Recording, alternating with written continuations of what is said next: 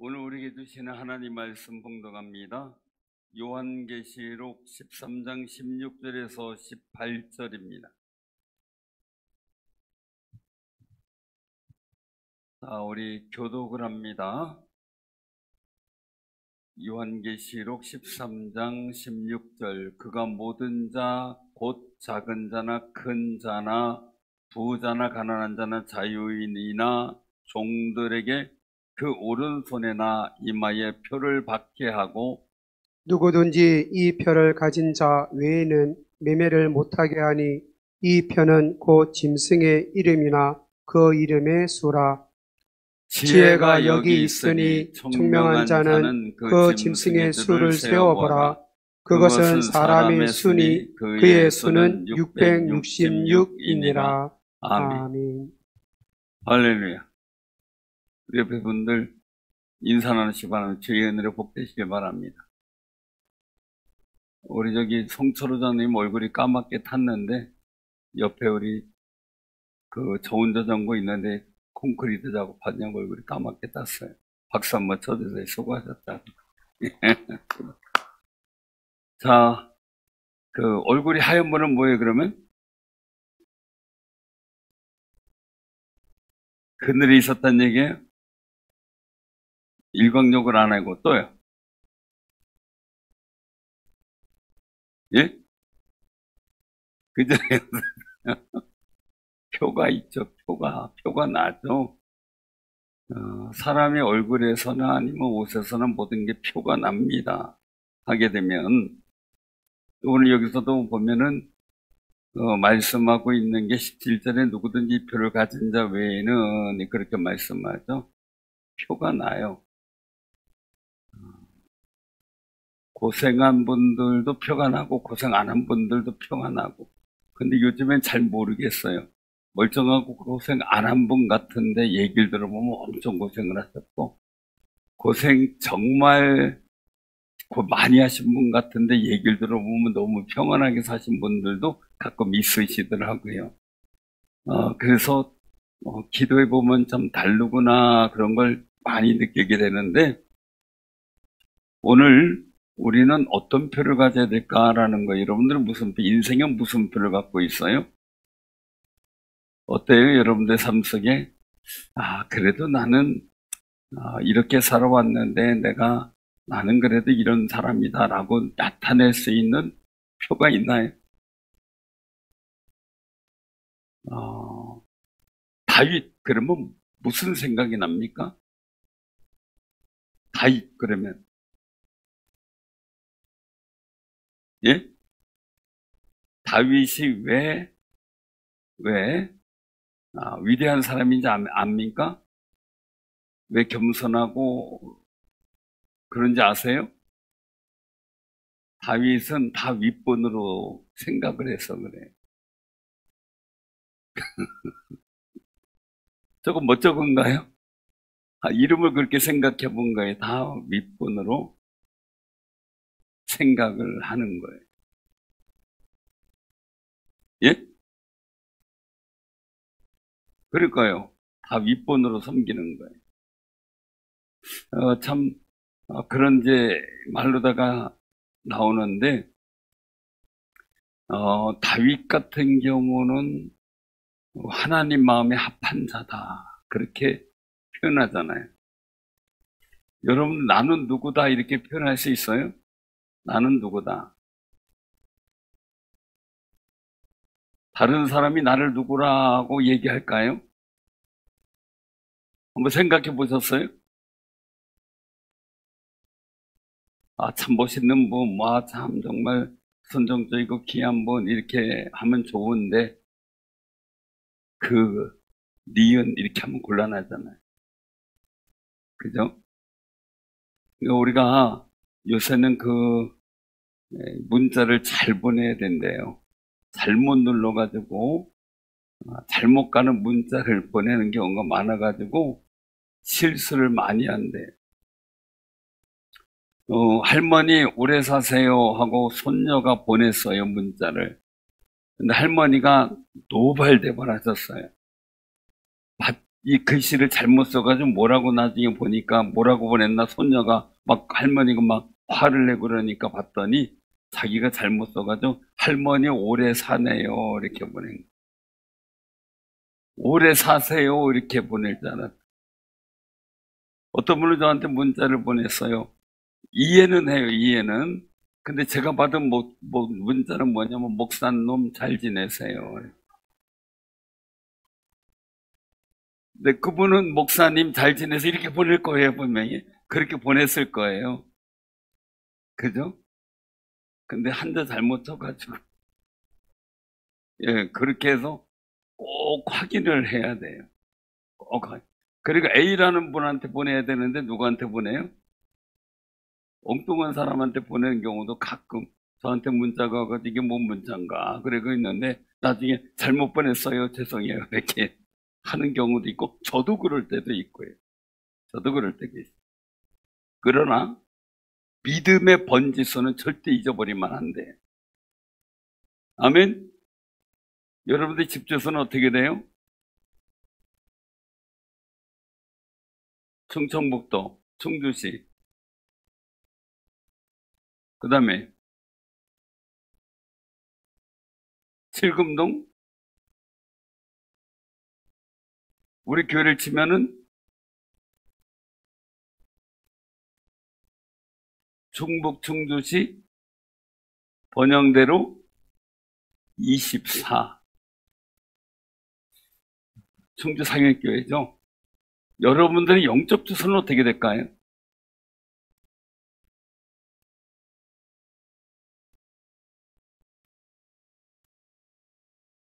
그렇게 한번 좀 바꿔보면 어때요? 믿음도 기도할 시. 그죠? 그렇게 막 시골에 사는 분은 그렇게 얘기를 하더라고요. 믿으면 잘 되리. 333번지. 그렇게 바꾸어서 얘기를 하는 분들도 있다라는 얘기는 들었어요. 저는 못 만나봤는데. 예? 천사번지요. 그러니까 여러 가지 방법이 있겠죠. 여러분들의 믿음의 주소는 어떨까라는 거예요. 믿음의 주소가 왜 필요하냐면 우리가 사람의 주소는 어디 막 돌아다녀도 결국 어디로 와야 돼요? 집 주소로 오잖아요. 여러분들의 삶의 자리도 결국은 믿음의 주소로 돌아와야 돼요. 아무리 바쁘고 힘들어도 믿음의 주소로 돌아와야 돼요. 그럼 여러분들의 믿음의 주소는 어떤 주소예요? 예? 화나면 싸우리 뭐 이런 거예요?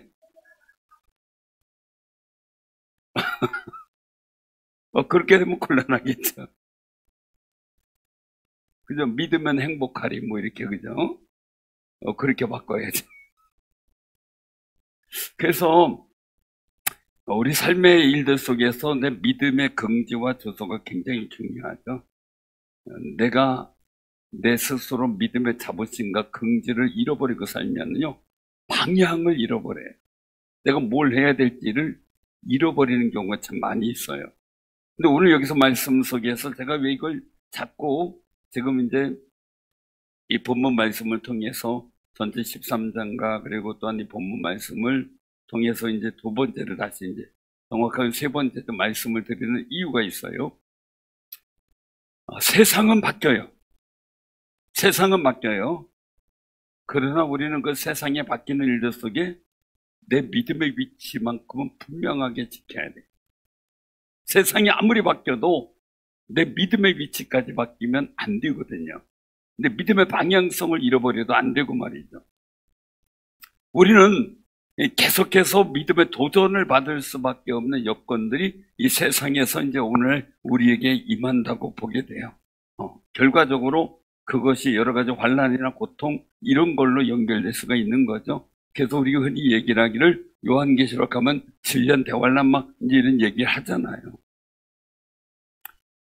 그 환난이라는 것, 고난이라는 것은 어느 상과 어느 시대 모든 일을 통해서 다 있을 수 있지만 중요한 것은 예수님께서 재림하시고 그리고 심판하실 그때 마지막 이 환난이라고 하는 것은 우리가 있어 경험해 보지 못한 일일 거다라는 예측을 하기 때문에 두려운 거죠. 무섭기도 하고요.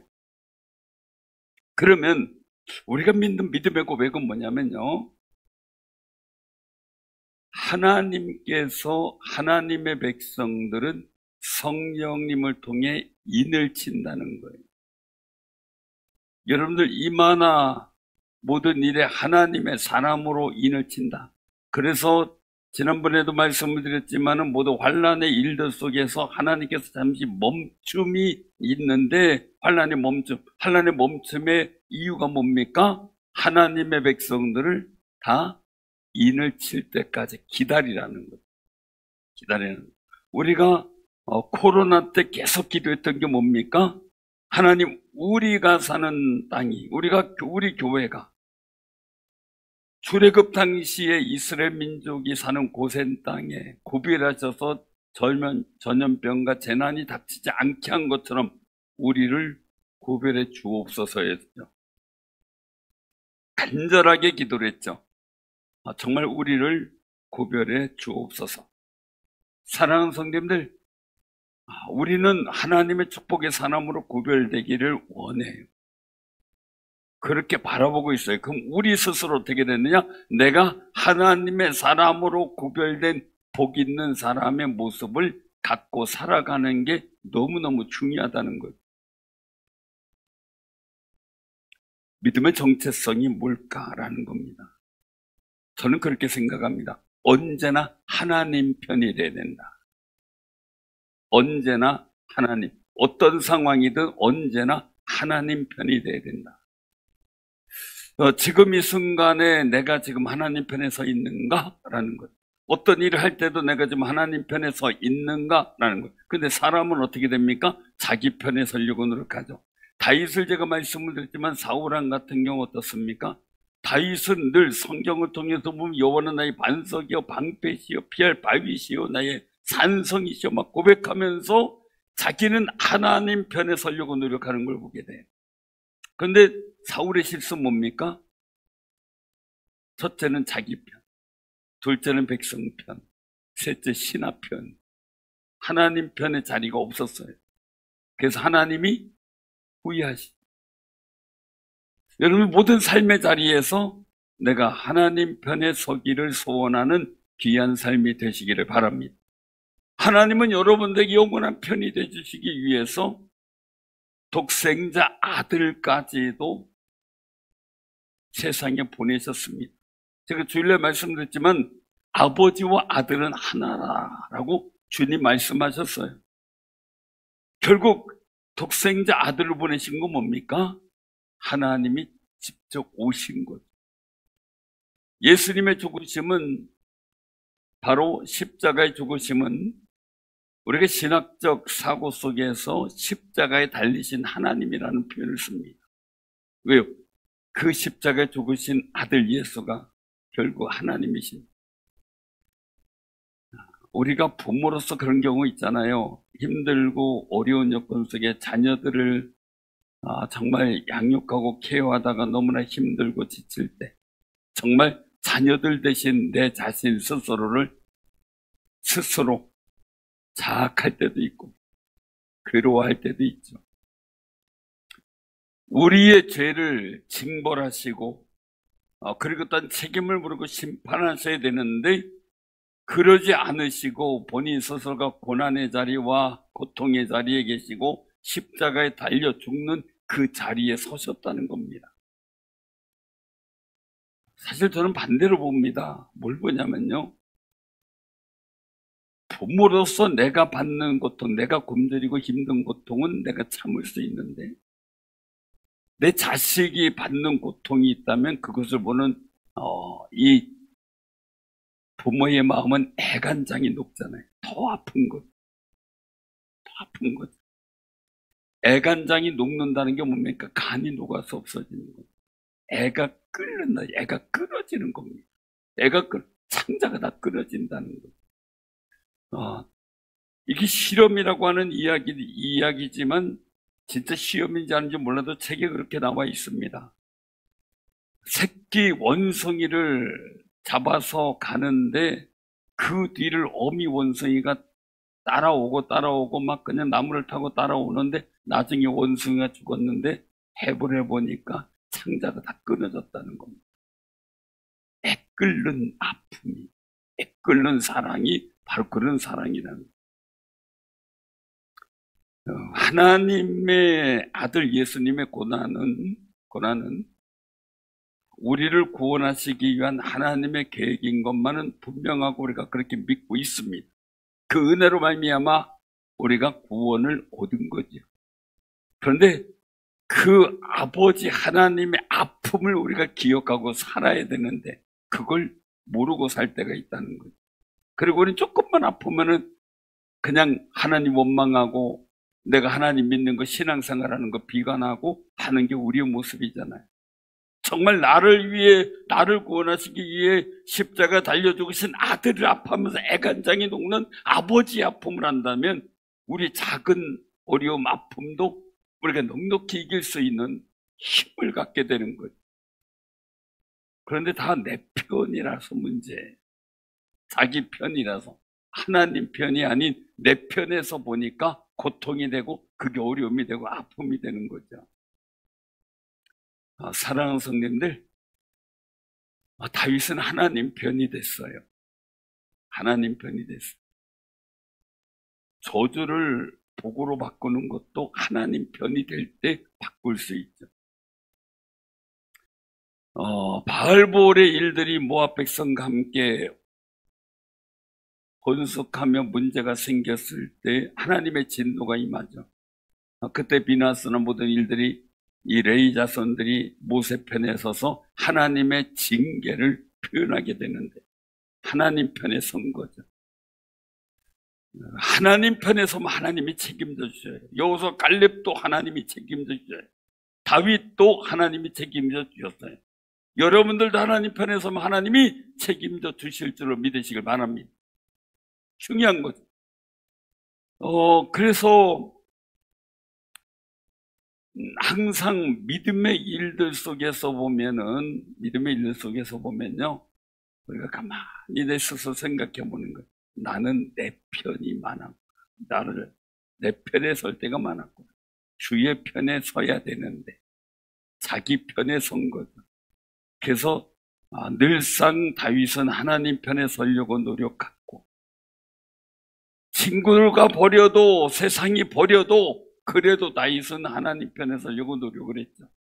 그러다가 결국 어떻게 됩니까? 하나님이 보호해 주시죠.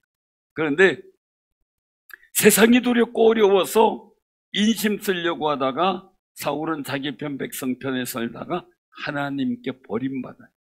우리는 하나님께 버림받지 마시길 바랍니다. 인생 속에 다윗의 모습 보면 사람에게 버림받을 수 있어요. 왜? 부모도 나를 버렸다고 다윗은 안타까워하고 아파했으니까. 그런데 하나님이 자기 편이라는 거예요. 오직 하나님이 내 편이다. 우리 옆에 분들 보고 인사해보세요. 하나님이 내 편입니다.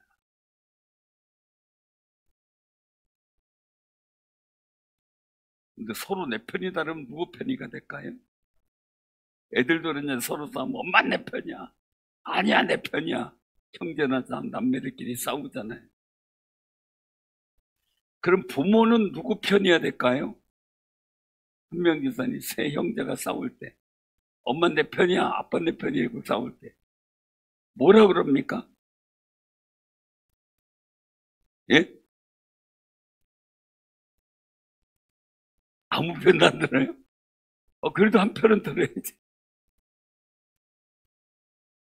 예? 그래요? 다 들어야 되죠?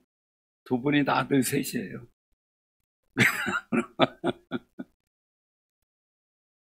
자, 우리에게 있어서 하나님은 모든 사람의 편이겠죠. 그런데 중요한 거예요. 중요한 거.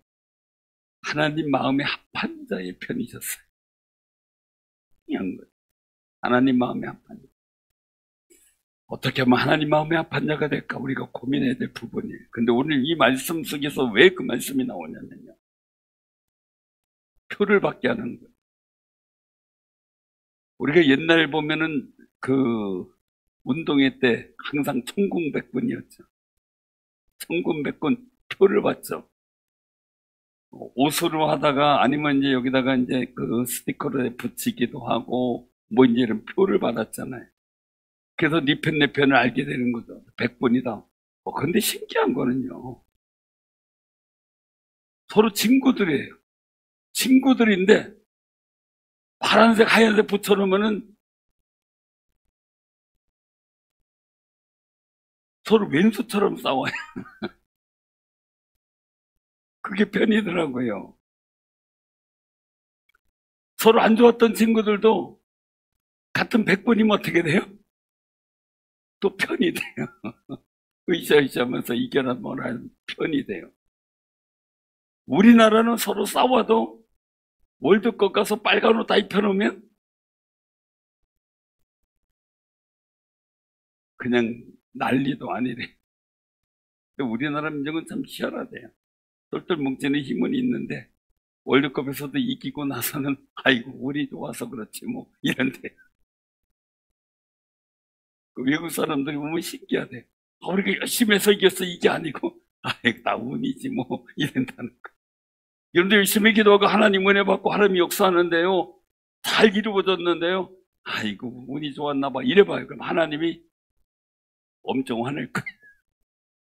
하나님의 은혜입니다. 하나님 기도 주셔서 감사합니다.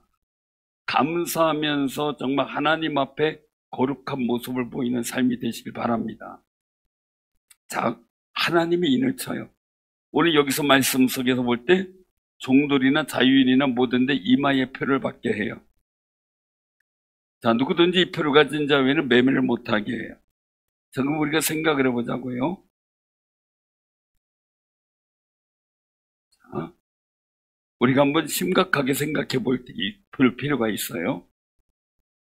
예배 드리지 맙시다. 코로나 때 그랬어요. 하나님 보실 때 하나님 편이 누굴까요?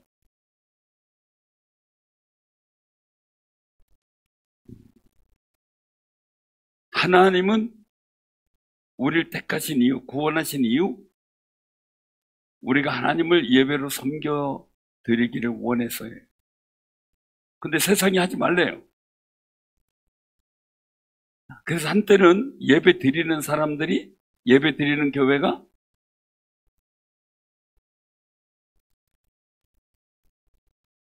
저 항의 전화 많이 받았어요. 우리 같은 노회에 있었던 목사님, 장로님들한테 항의 많이 받았어요. 나중에 미안하다고는 또 했어요. 그럴 때 우린 어떻게 할 것인가라는 하나님 편에 서는데 비난과 조롱도 있을 수 있겠고요. 또 이해를 하지 못해서 왜? 세상이 보는데 세상이 보기에 편한 쪽으로 갈 수 있고요. 그러면 하나님이 엄청 불편하시겠죠. 세상과 불편하고 갈등하는데 하나님 보시기에 좋은 쪽으로 갈 수 있는 게 있어요. 우리는 하나님 편에 서야 되겠죠. 일본에서 기독교 박해가 이루어졌을 때 예수님 성화 놓고 밟고 지나가는 사람은 살고 그리고 안 밟고 지나가는 사람은 죽였어요. 성화가 뭐라고? 그런데 그들은 그게 하나님의 얼굴이었어요. 내가 어떤 순간이어도 내가 죽어도 내가 하나님의 표현, 화가가 그린 그림이잖아요. 우리가 볼 때 생각해 볼 때 이거 아무것도 아니야. 그냥 밟고 지나가서 목숨 부지하고 열심히 예수 믿고 그러는 게 나 이럴 수 있겠죠. 그런데 그걸 밟고 지나가면 살고 안 밟으면 죽어요. 수많은 순교자들이 생겼죠. 사랑하는 성도님들, 어느 순간에 극단적인 표현에서 너 예수 믿어 안 믿어? 안 믿는다고 하면 살고 안 믿는다고 하면 죽일 거야. 했을 때 나는 어떻게 고백할까를 많은 생각을 하게 되겠죠. 두렵고 떨리면 못하겠고요. 근데 그런 극단적인 상황, 우리가 극단적인 일들 속에 결정하고 결심할 수 있는 여건이 있는데, 우리 삶 속에서 도의적인 것, 행정적인 것, 예를 들어서 예배를 드리지 맙시다, 예배를 드립시다 하는 이런 과정의 일들 속에 우리는 어느 편에 설 것입니다. 그러면 또 한 가지, 분명히 여기서 표를 받으면 매매를 못하게 하고, 표를 안 받으면, 생각해 보세요. 여러분들 지금 어떤 표가 있으면 슈퍼에 들어가고, 표가 없으면 슈퍼에 못 들어가요. 저 백신 안 맞아가지고 식당에 못 들어간 것도 있고요. 그런 매매하는 거 못 해본 경험도 있습니다. 그런데 하나도 불편하지 않았어요. 하나도 불편하지 않았어요. 왜? 그 있는 대로 그냥 하니까요. 그런데 중요한 거는요, 한 번 그런 적이 있어요. 표를 이제 해야 되니까 없으면 식당 못 들어가게 해서, 나 걱정하지 말고 들어가서 드시고 나오라 그랬어요. 난 안 들어가고 그냥 조용한 시간을 보냈어요. 하나도 그것 때문에 속상하고 억울하고 뭐 그러진 않아요. 그냥 그 속에서 즐기는 거죠. 자, 여기서 이게 왜 중요하냐면요, 표를 받는데 문제는요, 여기 17절의 말씀이에요. 17절의 말씀. 이 표는 뭐예요? 곧 짐승의 이름이나 그 이름의 수라. 그 18절에 보면 지혜가 있으니 청명하자는 그 짐승의 수를 세어보라. 그의 수는 666이니라. 이걸 가지고 바코드에서 666 막 이렇게 해가지고 666이라는 막 숫자가 찍힌 것. 옛날에 제가 요새 가는 영화를 본 적이 있어요. 그래서 정말 충격을 받기도 하고 그랬던 적이 있었는데, 학생 때요. 그런데 한번 여기서 우리가 그냥 객관적인 입장에서 생각해 보자는 거예요. 표를 받는데 그 표의 이름이 짐승의 이름이래. 자, 짐승은 첫째는 사단을 의미해요. 두 번째, 영혼 없는 존재를 의미하죠. 영혼 없는. 세 번째가 가장 중요한 거, 하나님과의 관계가 없는 존재를 말해요. 하나님과의 관계가 없는 존재. 그러면 여기서 말씀하시는 일들 속에 표를 받게 하면 어떻게 되는 겁니까? 하나님 편이 아닌 사단의 편에 서게 되는 상황이 된다는 거죠. 그리고 거기 이제 말씀 18절의 말씀 속에 보면 그의 수는 666이다라고 하는 일들은 뭐냐? 사단의, 하나님 완전수는 777입니다. 사람의 완전수는 333이라고 하죠. 유대인의 사고 속에서. 근데 중요한 건 사단의 완전수는 666이라고 합니다. 그러면은 이 일들 속에서 뭡니까? 사단의 완전한 소유가 되는 거예요. 자, 그럼 이럴 때 우리는 어떻게 할 것인가라는 거예요. 여러분들 애완견 키우시는 분 있죠? 애완견 키우는데 애완견이 죽으면 어떻게 합니까?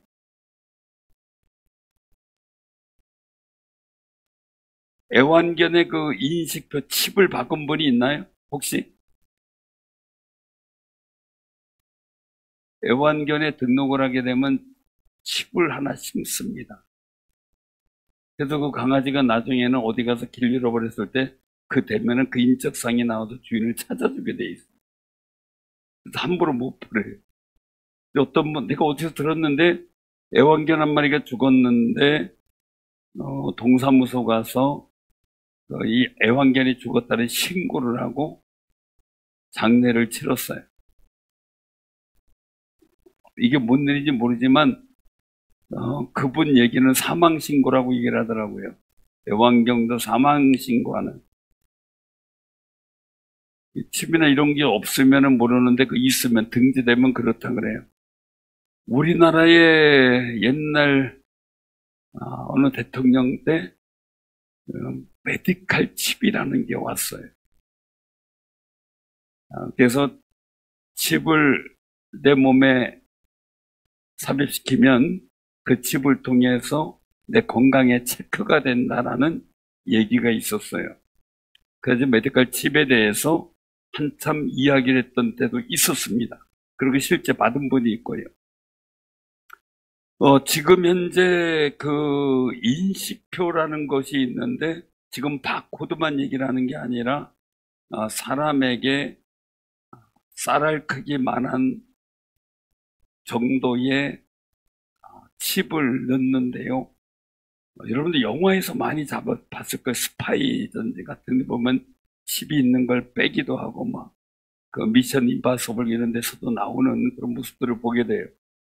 근데 그게 이제 현실화되고 있다라는 이야기가 나옵니다. 그래서 곳곳에서 시험 내고 있는데 문제는 뭐냐라는 거예요. 휴대폰도 우리가 어디 있는지 일상의 모든 일들이 다 추적이 되잖아요. 그런데 사람 몸에 칩이 있으면 통제가 가능합니다. 어디서 뭐 하는지 다 알고 있습니다. 근데 이게 문제는 또 문제가 뭐냐면요. 이게 살상 무기도 될 수 있다는 이야기도 나옵니다. 제가 볼 때는 이런 얘기 들으면 너무 과대 생각하는 거 아니냐라고 하는데 실제적으로 이게 영화도 나왔습니다. 실제적으로. 그래서 그런 이야기가 나옵니다. 자, 그런데 이런 일들이 앞으로 제가 말씀드렸다시피 모든 우리가 돈이라는 것을 사용하는데 편리성 때문에 자연스럽게 그렇게 흘러갈 수밖에 없다고 말씀을 드렸습니다. 물물교환, 자급자족 물물교환, 화폐, 그 다음에 지폐, 그 다음에 우리가 있는 카드, 뭐 이제 이런 거 여러 가지 얘기를 흐름을 말씀드렸었죠.